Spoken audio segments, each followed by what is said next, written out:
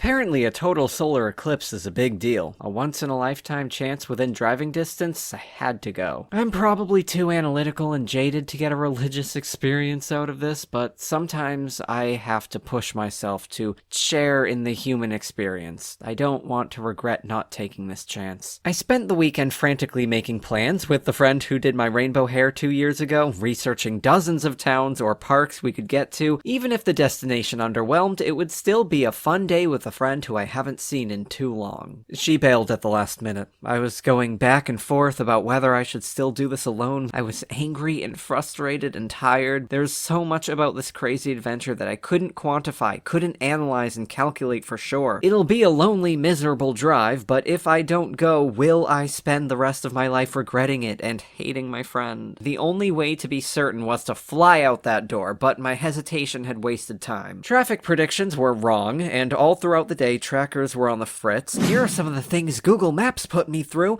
Hey, remember when Google was useful? And now they've monopolized much of the world's digital infrastructure, so they don't need to provide good services anymore. I was going farther east than most people, so the last leg went quickly, but it became clear that I was not going to reach Colebrook by totality. That final half hour was kind of magical. Everyone still on the road knew that we were all here for the eclipse and we were not going to make it going the speed limit. This actually worked out just fine because everyone was on the same page, racing against the force of nature like a giant monster at our backs. When there's no cops around, anything's legal.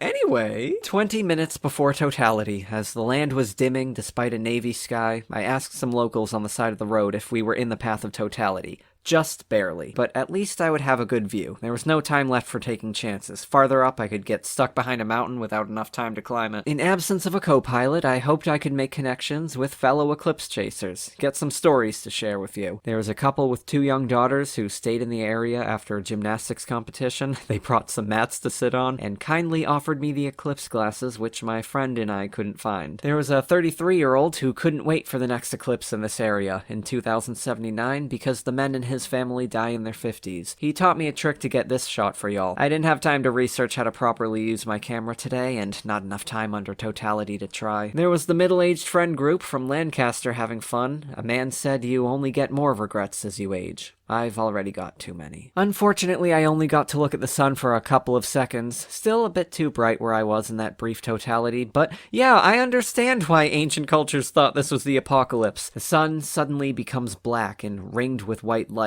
White, like pale white light coming from the sun, which, is typically yellow. I'd like to catch another eclipse at a longer totality, so I can really stare into the eye of God. Was this life-changing for me? Probably not, but I just managed to avoid piling one more regret and uncertainty onto my already wasted life. Landing on the edge of totality, I could have headed home right after this and beat all the traffic, but in the chaos and exhaustion of the day, this slipped my mind. I waited a couple of hours, then headed into town to get some amazing pizza, ready to share some with whoever cared to sit down for a chat, but nobody chatted, so I didn't meet any more new people, I didn't get any more stories. Sat in a grocery store parking lot until Google said the traffic was fine. It was not fine. I noped out of the chaos and waited in my car until about 11 when it was supposedly clear again.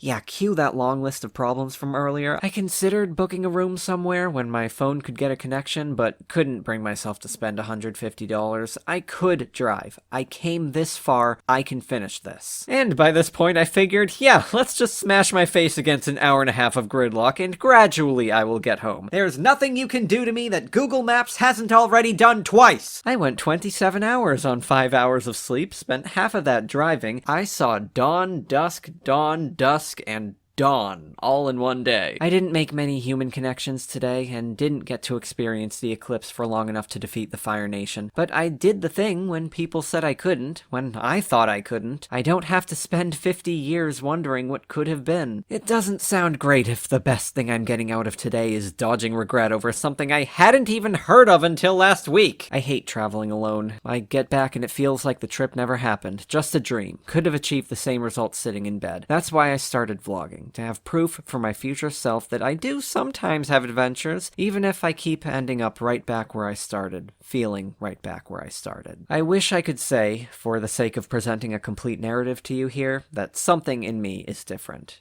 Maybe something is, and I just don't feel it yet.